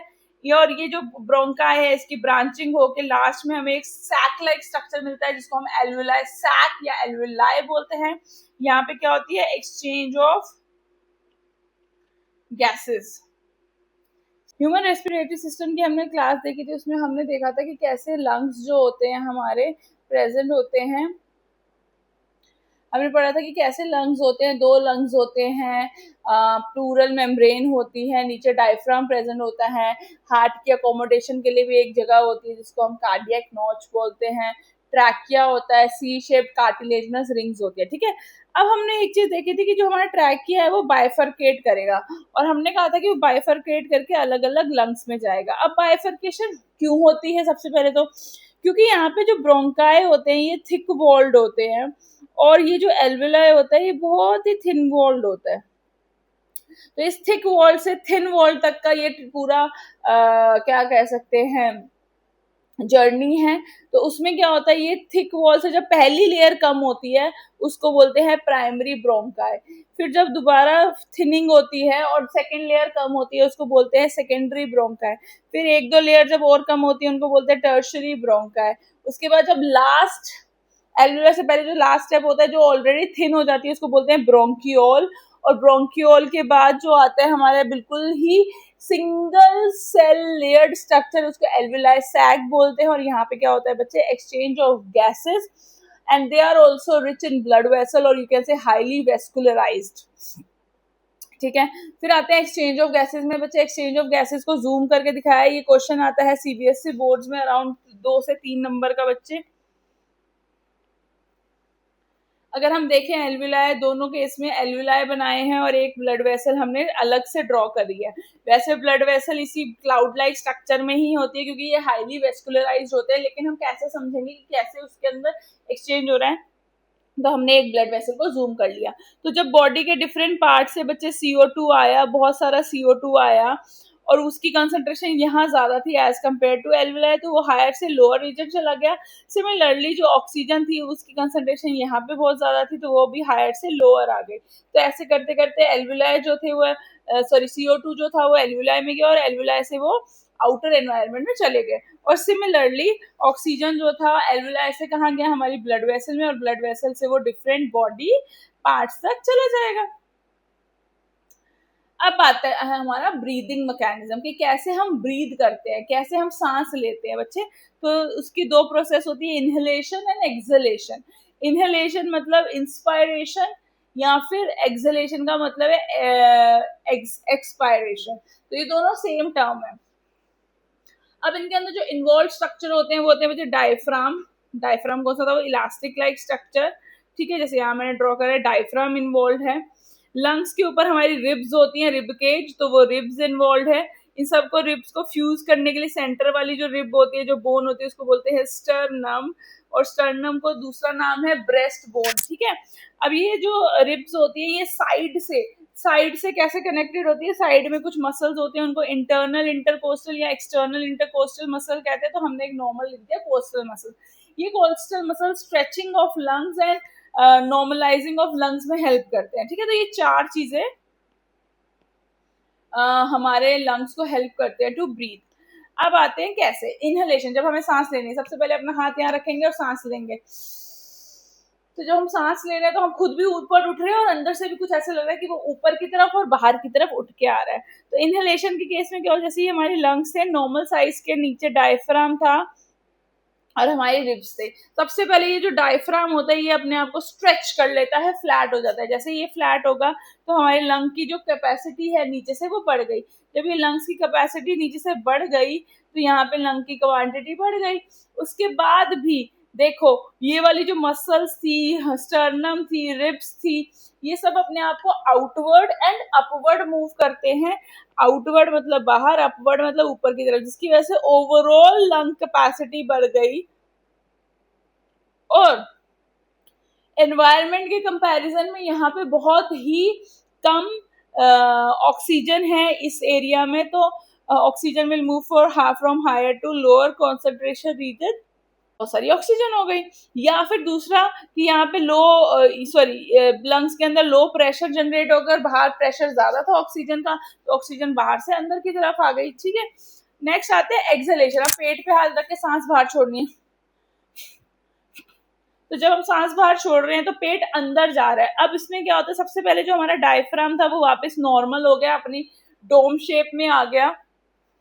जब वो डोम शेप में आया तो नीचे से लंग की कैपेसिटी कम हो गई, साथ ही साथ जो हमारी रिब्स थी, स्टर्नम थी और कोस्टल मसल्स थी वो भी नीचे की तरफ और अंदर की तरफ आ गई, जिसकी वजह से ओवरऑल जो लंग्स की कैपेसिटी है वो कम हो गई। अब यहाँ पे CO2 बहुत ज्यादा है as compare to environmental CO2, तो CO2 will move from region of higher to lower concentration. या फिर प्रेशर की बात करें, क्योंकि यहाँ पे इतना बड़े लंग्स में बहुत सारे CO2 थे, एकदम से साइज छोटा हुआ, उसकी अकोमोडेशन बहुत छोटी हो गई और बहुत सारे CO2 थे, तो वो सर्वाइव वो नहीं कर पा रहे थे, उनको गुस्सा आ रहा था, तो बहुत ज्यादा प्रेशर जनरेट कर रहे थे वो वॉल्स पे कि भाई बड़े हो जाओ। तो यहाँ पे क्या था, हाई प्रेशर की वजह से CO2 will move from higher pressure region to lower pressure region. Transportation in plants. Transportation in plants, नाम से समझ आ रहा है कोई चीज एक जगह से दूसरी जगह जा रही है. तो प्लांट्स में ट्रांसपोर्टेशन करते हैं वस्कुलर बंडल्स. वस्कुलर बंडल्स बोले तो ये करते हैं कंडक्शन. कंडक्शन मतलब मूवमेंट. तो जाइलम और फ्लोएम को बोलते हैं हम वस्कुलर बंडल्स या vascular tissue. Xylem phloem question आता है सीबीएसई बोर्ड में कि डिफरेंशिएट कर दो between xylem and phloem. Xylem water and mineral को करता है, फ्लोएम फूड को करता है. जाइलम में यूनिडायरेक्शनल फ्लो यानी कि रूट से ऊपर की तरफ ही आता है. फ्लोएम के केस में हमारे जो लीफ है जहाँ पे खाना बन रहा है वहां से ऊपर भी जा सकता है, नीचे भी जा सकता है. बाई डायरेक्शनल फ्लो है. रूट से डिफरेंट पार्ट तक, लीफ से डिफरेंट पार्ट तक. All the parts of the xylem are usually dead except xylem parenchyma. और यहाँ पे सारे लिविंग होते हैं एक्सेप्ट फ्लोएम फाइबर्स. अब जो ट्रकीज होते हैं वो नैरो पाइप लाइक स्ट्रक्चर होते हैं. ये जिम्नोस्पर्म यानी कि पाइन ट्रीज यानी कि जो हिली एरिया में ट्रीज प्रेजेंट होते हैं उनमें होते हैं. वेसल्स जो होते हैं ये ब्रॉड होते हैं. ये एंजियोस्पर्म्स यानी कि जो हमारे आसपास फ्लावरिंग प्लांट्स है उनके अंदर होते हैं. Xylem parenchyma. पैरेन्काइमा का फंक्शन होता है storage of food, water, whatsoever. जो भी करना है वो स्टोर करेगी. तो जाइलम पैरेन्काइमा भी स्टोरेज करती है, यहाँ पे फूड की करती है. और जाइलम फाइबर्स जो होते हैं वो मैकेनिकल स्ट्रेंथ प्रोवाइड करते हैं. सीप ट्यूब एंड कंपेनियन सेल दोनों साथ मिलके काम करते हैं और हेल्प करते हैं ट्रांसपोर्टेशन ऑफ फूड की. और फ्लोएम पैरेन्काइमा जो होते हैं वो फूड की तरह काम करते हैं और फाइबर जो है सपोर्ट की तरफ. तो इनके पास जो फ्लोएम फाइबर है ये नॉन लिविंग स्ट्रक्चर है. अब आते हैं एसेंट ऑफ सैप, एक बहुत ही important topic regarding xylem. Xylem के रिगार्डिंग एक इंपॉर्टेंट टॉपिक है बच्चे ascent of sap. Ascent of sap की अगर बात हम करें तो कॉन्टिन्यूस मूवमेंट जो चल रही है हमारे, जो कॉन्टिन्यूस मूवमेंट चल रही है हमारे प्लांट और एनवायरमेंट के बीच में वाटर की, उसको हम बोलते हैं ascent of sap. Ascent means continuous movement, sap means कोई फ्लूइड. फ्लूइड में वाटर, मिनरल कुछ भी हो सकता है. अब इसके अंदर तीन प्रॉपर्टीज होती है. एक तो रूट प्रेशर, एक एडहेजन, कोहेजन एडहेजन, और लास्ट होती है ट्रांसपिरेशनल पुल. अब सबसे पहले बात करें रूट प्रेशर की. मैंने पहले भी इस क्लास में बताया कि जैसे रूट हमारी इतनी सी थी, उसके अंदर बहुत ज्यादा वाटर मॉलिक्यूल्स अंदर आ रहे हैं. तो जैसे जैसे वाटर मॉलिक्यूल्स अंदर आ रहे हैं तो वाटर मॉलिक्यूल्स के आने की वजह से क्या हुआ कि रूट के जो सेल्स एंड टिश्यूज थे उन्होंने अपने आप को स्ट्रेच किया ताकि मोर एंड मोर वाटर उसके अंदर आ जाए. लेकिन एक लिमिट के बाद वाटर इतना सारा हो जाता है कि वो जो प्रेशर है उस प्रेशर की वजह से रूट के जो सेल्स और टिश्यूज होते हैं वो बर्स्ट भी हो सकते हैं. तो वो क्या करते हैं, ऑपोजिट प्रेशर लगाते हैं किन पे, इन वाटर मॉलिक्यूल से, ताकि वो इस सिस्टम से बाहर निकले. जैसे जैसे अगर हम यहाँ देखें एक सॉइल में एक रूटेड प्लांट है, इस ट्री के पास रूट्स हैं और रूट हेयर हैं. तो वाटर मॉलिक्यूल जो सॉइल में होते हैं वो रूट हेयर के थ्रू रूट में आते हैं. अब रूट में रूट प्रेशर एक्सर्ट हुआ, क्योंकि मैंने अभी बताया कि कैसे पानी आता जाता है. रूट प्रेशर एक्सर्ट होते ही वो अपने आप को अलाइन कर लेंगे जो भी खाली पाइप मिले. यहाँ पे एक ट्री है तो इधर नॉर्मल हमारे आसपास वाला ट्री है तो इनमें वेसल्स होती है. अभी वाटर मॉलिक्यूल्स अपने आप को अलाइन करेंगे. एक ओपनिंग यहाँ पे हमने ले ली बच्चे स्टोमेटा. लीफ के अंदर ओपनिंग है स्टोमेटा. स्टोमेटा से ये वाटर मॉलिक्यूल जैसे बाहर के प्रोसेस को बोलते हैं ट्रांसपीरेशन. और ये जो वाटर मॉलिक्यूल जब गए तो उस जहां से वो गए वो वाले रीजन को क्या हो गया, वो एम्प्टी हो गया, वहां खाली हो गया, स्पेस बन गया, वैक्यूम जनरेट हो गया. तो जैसे हम स्ट्रॉ से जूस पीते हैं तो उसी तरह से water molecules are pulled upward. उस वैक्यूम की वजह से वो दे आर पुल्ड अपवर्ड और ऐसे कॉन्टिन्यूअस मूवमेंट चलती रहती है. लास्ट बच्चे टॉपिक है आज का हमारा, नहीं नेक्स्ट है बच्चे मैकेनिज्म ऑफ फ्लोएम. ये भी आपसे स्कूल में नहीं पूछेंगे, हायर लेवल है. फ्लोएम में क्या होता है, नॉर्मल हमारी लीफ जो होती है सोर्स ऑफ फूड होती है जहाँ पे खाना बना. अब ये खाना रूट्स के पास भी आया, जितना रूट ने यूटिलाइज किया बाकी स्टोर कर लिया in the form of starch. बाकी ये खाना गया बर्ड्स के पास, उसने भी यूटिलाइज किया, बाकी स्टोर कर लिया in the form of starch. अब आते हैं मुझे सर्कुलेशन इन एनिमल्स. अगर एनिमल्स की बात करें तो एनिमल्स में ब्लड जो है, दो तरह के फ्लूइड्स होते हैं, एक ब्लड और एक लिम्फ. अगर हम ब्लड की बात करें तो ब्लड जो थे हमारा, ब्लड के दो पार्ट्स होते हैं, एक ब्लड का प्लाज्मा और ब्लड में होते हैं हमारे फॉर्म्ड एलिमेंट्स या कह लो ब्लड सेल्स और कह लो ब्लड कॉर्पसल्स. प्लाज्मा जो है वो 55% कॉन्स्टिट्यूट करता है ब्लड का और 45% ये सेल्स होते हैं.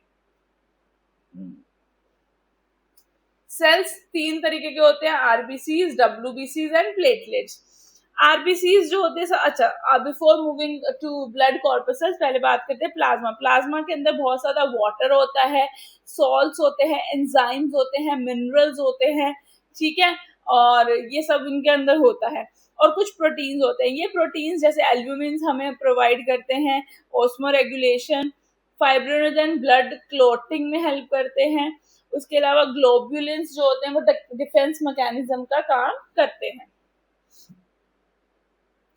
फिर आते हैं ब्लड कॉर्पसल। ब्लड कॉर्पसल यानी कि या फिर फॉर्म्ड एलिमेंट्स की बात करें तो आरबीसीज को इरिथ्रोसाइट्स बोलते हैं, रेड कलर होता है, हीमोग्लोबिन प्रेजेंट होता है इनमें, ये हेल्प करते हैं ऑक्सीजन को एब्जॉर्ब करने की, ट्रांसपोर्ट करने की। नंबर इनका होता है 4.5 to 5.5 मिलियन। 1 मिलियन मतलब 1 मिलियन मतलब बताओ चलो 10 लाख, ठीक है। तो इतने अमाउंट में आरबीसीज होते हैं। उसके अलावा इनका जो लाइफ स्पैन होता है वो 120 डेज का होता है। ये मरने के लिए ग्रेवयार्ड इनका होता है, ग्रेवयार्ड इनका होता है स्प्लीन।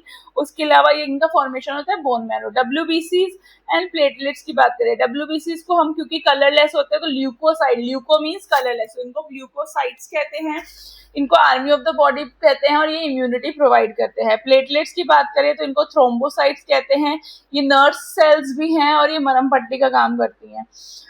डब्ल्यूबीसी जो होते हैं वो 4000 से 11000 तक होते हैं किसी की बॉडी में।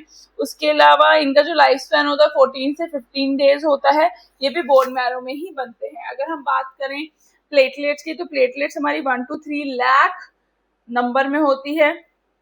इनका लाइफ स्पैन 1 वीक जितना ही होता है, 8 to 9 डेज, और ये भी बोन मैरो में ही बनती है।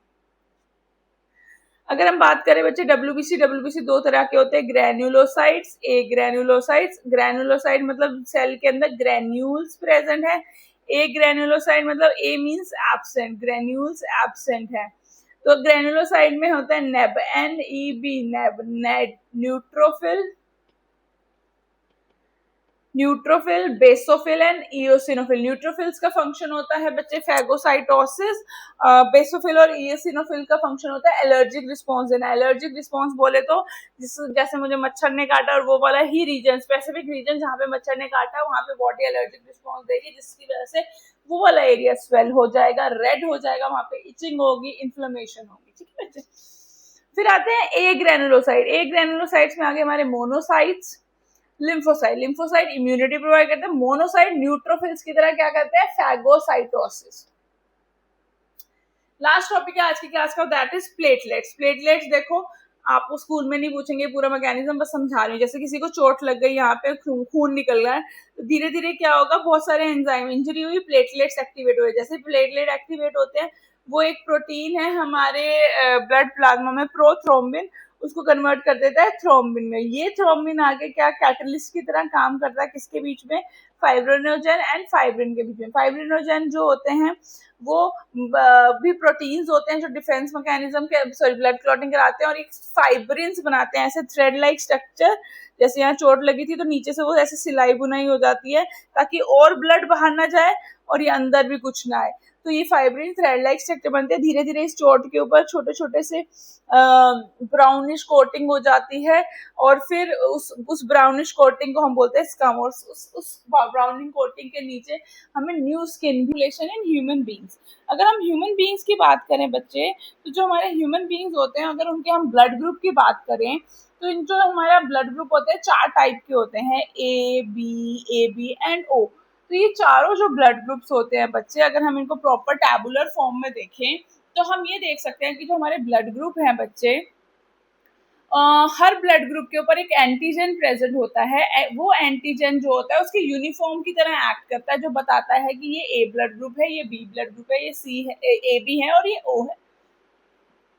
तो एंटीजन ब्लड ग्रुप यानी कि आरबीसी के स्ट्रक्चर पे प्रेजेंट होते हैं, और एंटीबॉडीज जो होती है उसके आसपास यानी कि जो प्लाज्मा होता है उसके अंदर प्रेजेंट होती है, ताकि अगर किसी का ब्लड ग्रुप ए है तो ब्लड ग्रुप बी अगर आने की कोशिश करेगा तो वो उसको वहीं पे रोक देगा कि भाई तेरी एंट्री यहाँ पे नहीं है।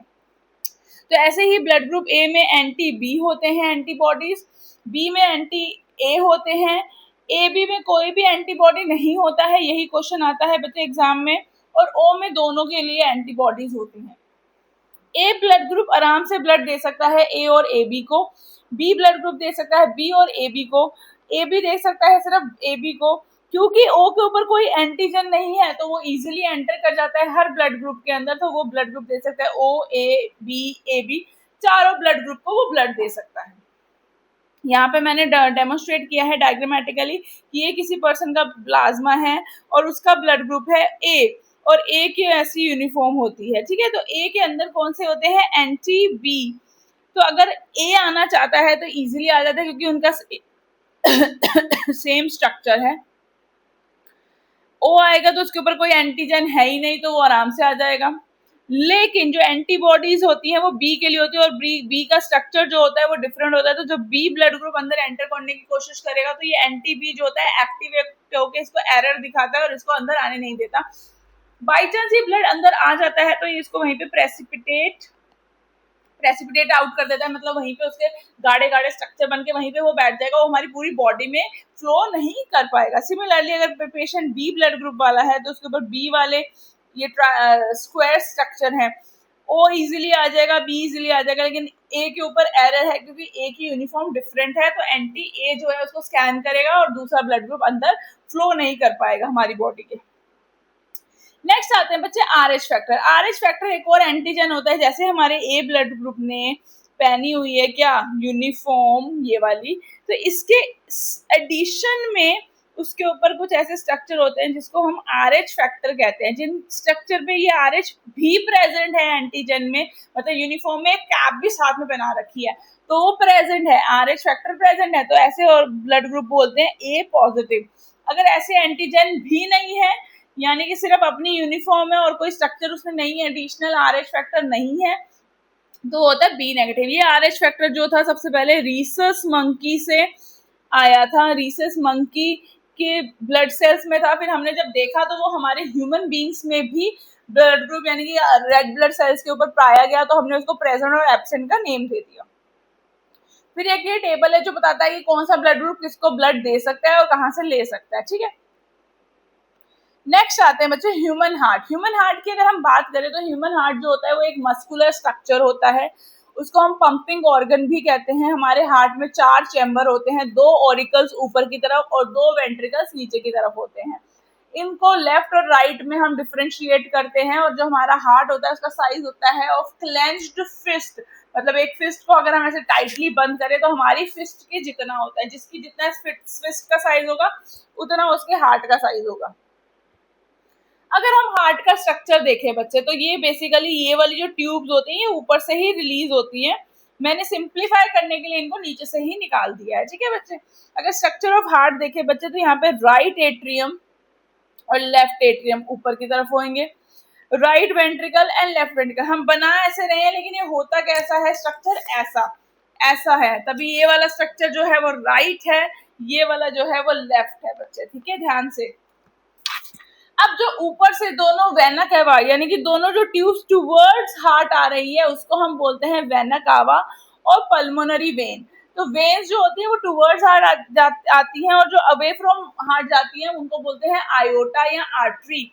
तो पल्मोनरी आर्टरी राइट साइड से निकल रही है और लेफ्ट साइड से आयोटा। अब यहाँ पे कुछ वॉल्व्स होते हैं उनको हम बोलते हैं tricuspid valves and bicuspid valves बोलते हैं। अगर हम देखें तो राइट एट्रियम में एक बड़ा सा नोडल स्ट्रक्चर होता है जिसको हम एसए नोड यानी कि साइनो एट्रियल नोड भी बोलते हैं।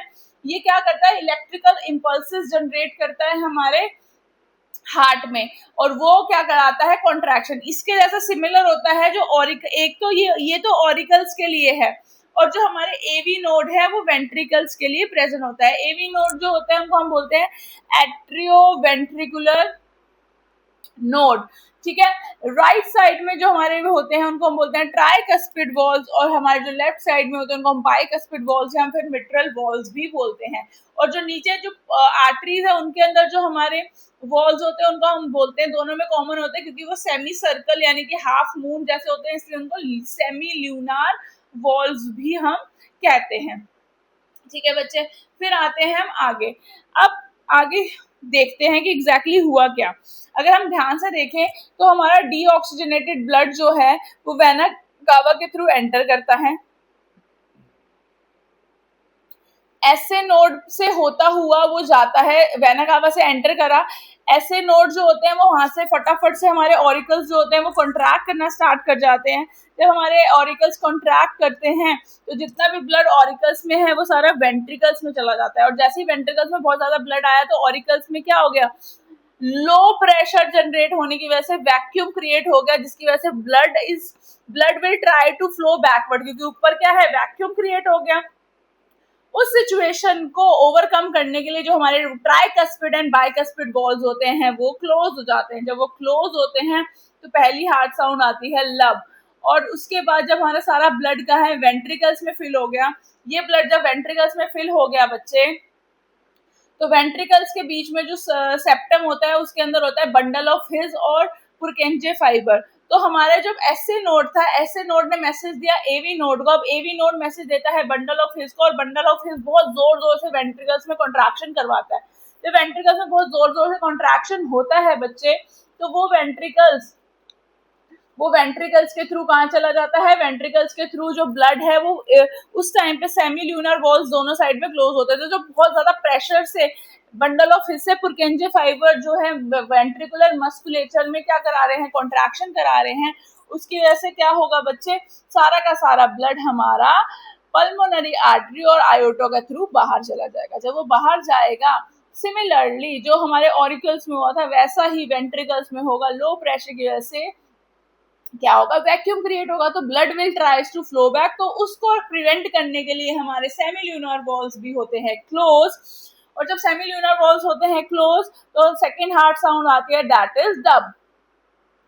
अब बेसिकली हार्ट में कोई भी एक्सचेंज नहीं हुआ, सिर्फ मूवमेंट हुआ, इसलिए हार्ट क्या है, हमारा पंपिंग ऑर्गन है। ठीक है बच्चे, अब होता क्या है, डबल सर्कुलेशन से पहले समझते हैं कि एग्जैक्टली हुआ क्या। हमारे बॉडी ने जितना भी गंदा वाला ब्लड था, यानी कि CO2 वाला ब्लड था, यानी कि डीऑक्सीजनेटेड ब्लड था, उसको हार्ट के पास भेजा via vena cava. Vena cava से हार्ट के अंदर ब्लड एंटर करता है राइट ऑरिकल में, और वहां से वो जाता है राइट वेंट्रिकल में। जब वो राइट वेंट्रिकल में पहुंचता है तो सारा ब्लड पल्मोनरी आर्टरी के थ्रू, क्योंकि ये कौन सा ब्लड है, डीऑक्सीजनेटेड ब्लड, यानी कि CO2 वाला ब्लड, ये कहाँ जाता है, ये पल्मोनरी आर्टरी से, क्योंकि पल्मोनरी टर्म है तो ये लंग्स से अटैच है, तो ये लंग्स के पास जाएगा, क्योंकि लंग्स के पास क्या होता है बच्चे, एक्सचेंज ऑफ गैसेस।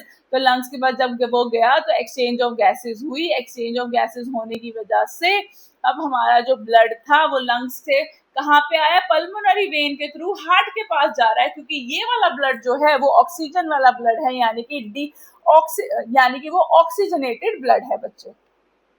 अब वो ऑक्सीजनेटेड ब्लड लेफ्ट ऑरिकल से एंटर करता है वाया पल्मोनरी वेन। अब पल्मोनरी वेन से वो जाएगा लेफ्ट वेंट्रिकल में, और पल्मोनरी वेन से जब वो लेफ्ट वेंट्रिकल में गया तो वहां से वो आयोटा के थ्रू दोबारा से बॉडी पार्ट्स तक पहुंचता है। अब ये कौन सा ब्लड गया था, ऑक्सीजनेटेड ब्लड, ऑक्सीजन वाला ब्लड, जो हमें हेल्प करता है फंक्शनिंग ऑफ बॉडी करने में, बॉडी की जो डिफरेंट डिफरेंट फंक्शंस है उनको परफॉर्म करने में वो हेल्प करता है। ठीक है, ये तो हो गया डबल सर्कुलेशन। ये क्वेश्चन आता है आपको बोर्ड्स में। इतना समझ आ गया था कि बॉडी से डीऑक्सीजनेटेड ब्लड हार्ट के पास गया, हार्ट ने वो पल्मोनरी आर्टरी के थ्रू लंग्स के पास भेजा, लंग्स में एक्सचेंज ऑफ गैसेस हुई, एक्सचेंज ऑफ गैसेस होके जो ब्लड ऑक्सीजनेट हुआ, वो ऑक्सीजनेटेड ब्लड वापस री एंटर करता है हार्ट को, और वो करता है वाया पल्मोनरी वेन, और फिर वहां से वो वेंट्रिकल के थ्रू, आयोटा के थ्रू दोबारा बॉडी पार्ट के पास जा रहा है, क्योंकि इस बार ये जो ब्लड है वो ऑक्सीजनेटेड ब्लड है। तो बेसिकली जब हमारे हार्ट में 2 बार ब्लड ट्रेवल कर रहा है, इस प्रोसेस को हम डबल सर्कुलेशन कहते हैं। अब क्या हुआ बच्चे, अब हमने इस स्ट्रक्चर में दोबारा से देखना है। अगर आप देख सकते हैं ऊपर मैंने लिखा है CO2, तो CO2 वाला ब्लड एंटर करता है वेना कावा के थ्रू। अगर हम सिर्फ राइट साइड की बात करें, हम एक चीज को लेके चलते हैं, वैसे दोनों में साइमल्टेनियसली होता है। ब्लड एंटर करता है CO2 वाला वेना कावा के थ्रू राइट ऑरिकल में, राइट ऑरिकल्स में जैसे जैसे फीलिंग होती है उस टाइम पे हमारे सेमील्यूनर वॉल्स, जो सबसे नीचे वाले वॉल्स थे वो बंद थे। कौन से खुले थे, ट्राइकस्पिड वॉल्स जो थे वो ओपन थे। ये ट्राइकस्पिड वॉल्स जब ओपन थे तो क्या हुआ बच्चे, ये ट्राइकस्पिड वॉल के थ्रू हमारा सारा ब्लड, ऑब्वियसली एक ग्लास है उसमें आप पानी डाल रहे हो तो ऊपर तो नहीं रहेगा, पहले पानी बॉटम से भरना फिल होना शुरू होएगा।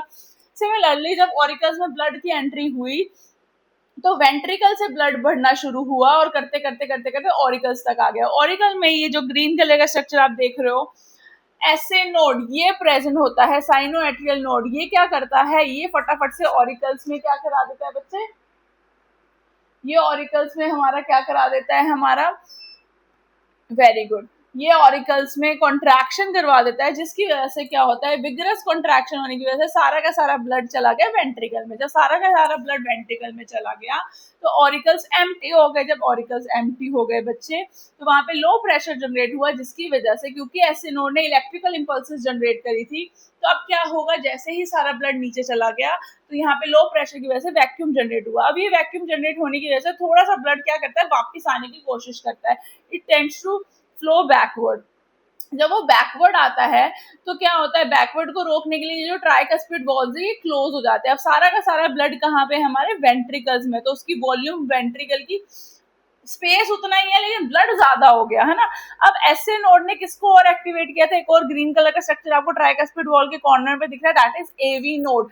एवी नोड एट्रोवेंट्रिकल नोड, ये क्या करेगा, वो सारे इलेक्ट्रिकल इंपल्सेस को कलेक्ट करेगा और दे देगा बंडल ऑफ हिज और पुरकेंजे फाइबर को, जो कि बिल्कुल एग्जैक्टली उससे नीचे है।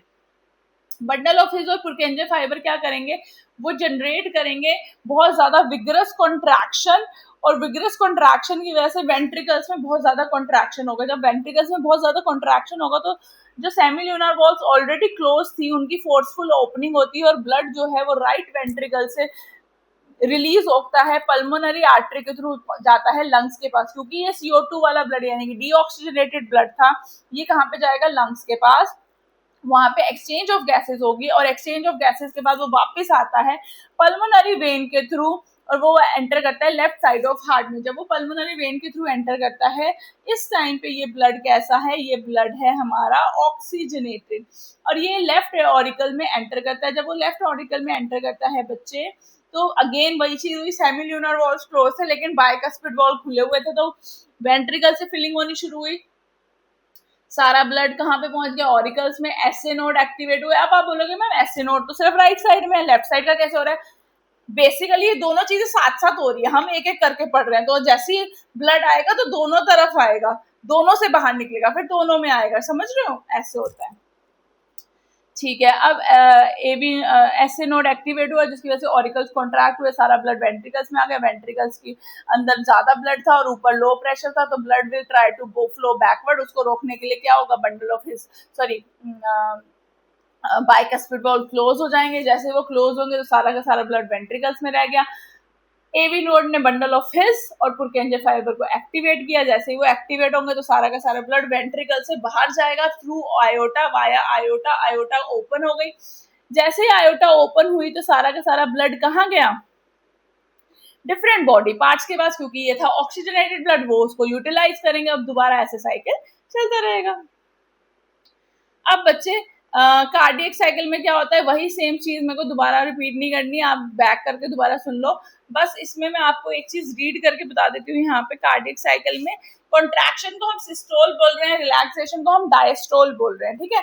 तो यहाँ पे मैं आपको रीड करके बताती हूँ कि होता क्या है, कि पहले चारों के चारों हमारे चैम्बर्स जो होते हैं वो जॉइंट डायस्टोल, जॉइंट चारों diastole relaxed situation में थे। तो all the four chambers of heart are in relaxed state। अब auricular systole होता है जिसमें क्या होता है, as the walls are open, tricuspid and bicuspid open है, blood from vena cava and pulmonary vein will flow into right and left ventricle through right and left atria। Semilunar walls are closed at this stage। SA node will generate an action potential यानी कि electrical impulse which stimulates both atria to undergo simultaneous contraction यानी कि systole। ये process हुई arterial systole। ventricular systole में क्या हुआ, this auricular systole increases the flow of blood into the ventricles by around 30%। The action potential or the electrical impulse is conducted in the ventricle side by AV node, followed by a bundle of His, and it is transmitted through the ventricular musculature via Purkinje fiber।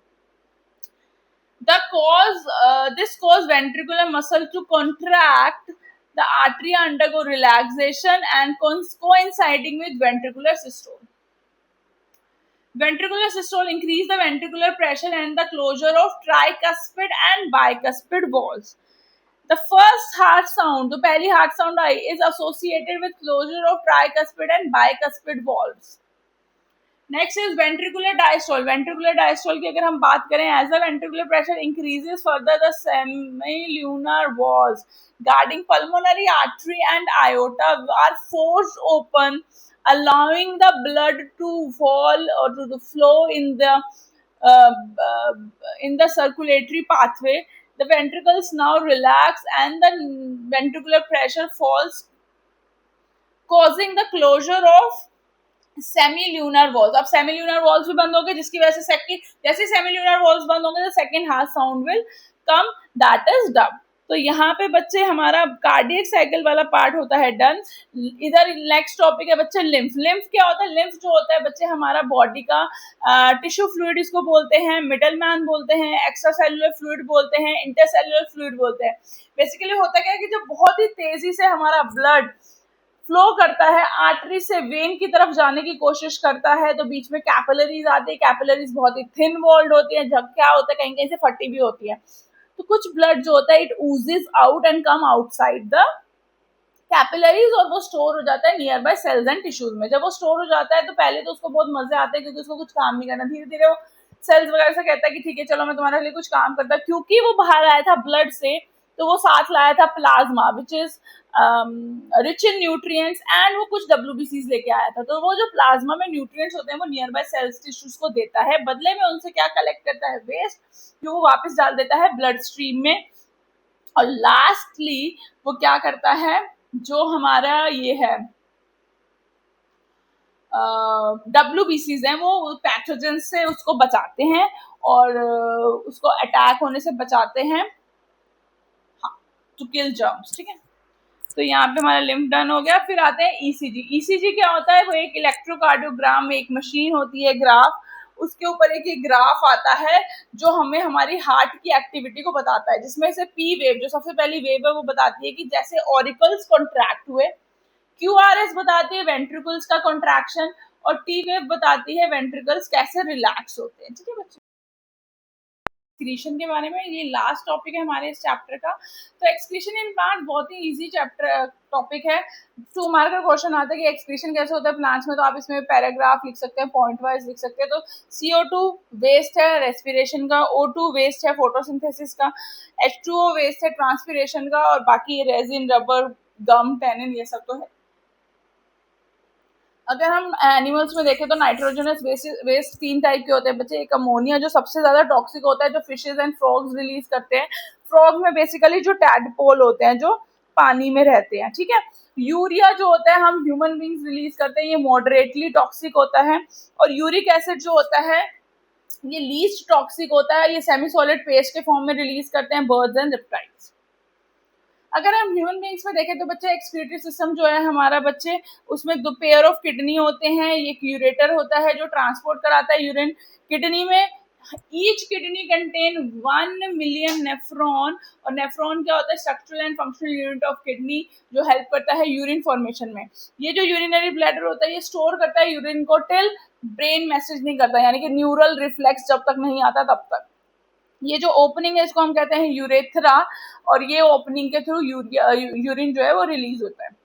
अगर kidney का internal structure देखें तो हमारी kidney के ऊपर एक thin layer होती है जिसको हम बोलते हैं रीनल कैप्सूल. किडनी के अंदर 2 रीजन हमने डिवाइड किए, एक इंटरनल रीजन और एक कॉर्नर, जो उसका बाउंड्री वाला रीजन है, पेरिफेरल रीजन. जो बाउंड्री वाला रीजन है उसको हम बोलते हैं रीनल कॉर्टेक्स. मिडल वाले को M से मिडल, M से मेडुला, इसको मेडुला कहते हैं. इस मेडुला में कुछ ऐसे पिज्जा स्लाइस जैसे स्ट्रक्चर होते हैं, इनको हम बोलते हैं रीनल पिरामिड्स. और इन पिरामिड्स की ओपनिंग जो होती है, इनको बोलते हैं हम रीनल कैलिक्स. अब इसके अंदर हमारे जो नेफ्रॉन्स होते हैं वो स्टडीड होते हैं, और ये यूरिन बना के इस रीनल पिरामिड के अंदर डाल देते हैं, और इस पिरामिड से इस कैलिक्स के थ्रू यूरिन बाहर आता है. तो ये बहुत सारी ओपनिंग्स हैं, बहुत सारे कैलिक्स है, और यहाँ पे इकट्ठा करते हैं यूरिन. इस रीजन को हम क्या बोलते हैं? इस रीजन को हम कहते हैं बच्चे रीनल पेल्विस. इस पेल्विस से ये यूरेटर के थ्रू बाहर जाता है. यूरेटर क्या था? ये ट्यूब लाइक स्ट्रक्चर, और यहाँ से वो यूरिनरी ब्लैडर में स्टोर होगा और यूरेथ्रा से वो रिलीज हो जाता है. जो क्वेश्चन आएगा स्कूल में, structure of nephron, structure of nephron school में बस इतना डिफरेंस है कि ये जो फेस है इसका ये ऊपर की तरफ है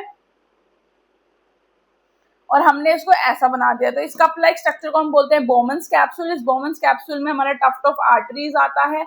ये बोमन्स कैप्सूल जो है हमारा बच्चे, इस बोमन्स कैप्सूल में ये जो टफ्ट ऑफ आर्टरीज आएगा, ये टफ्ट ऑफ आर्टरीज कंटेन करता है बच्चे क्या, ब्लड जो डिफरेंट बॉडी पार्ट से आ रहा है हमारे, इसको बोलते हैं ग्लोमेरुलस, ग्लोमेरुलस। और जब बोमन्स कैप्सूल साथ में होते हैं एक स्ट्रक्चर बनाते हैं, इसको बोलते हैं मालफिजियन बॉडी।